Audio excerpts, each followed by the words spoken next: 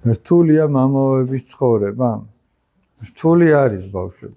გარეგნულად შეიძლება არ ჩანს რომ რთულია, მაგრამ რთული არის ნამდვილად, მაგრამ ღვთისმადლით ყველაფერი შეიძლება რომ დაიძლიოს. ბევრი საზრუნავი აქვს სასულიერო პირს. ახლა წარმოიდგინეთ, თან სასულიერო პირთან იცი როგორ არის? აი მოდი ერთი ესეთი რაღაც ვთქვათ.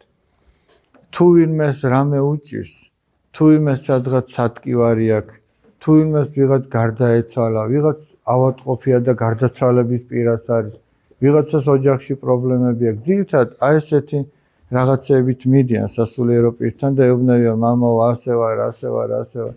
იშვიათად, მაგრამ სასიხარულო ამბებიც არის.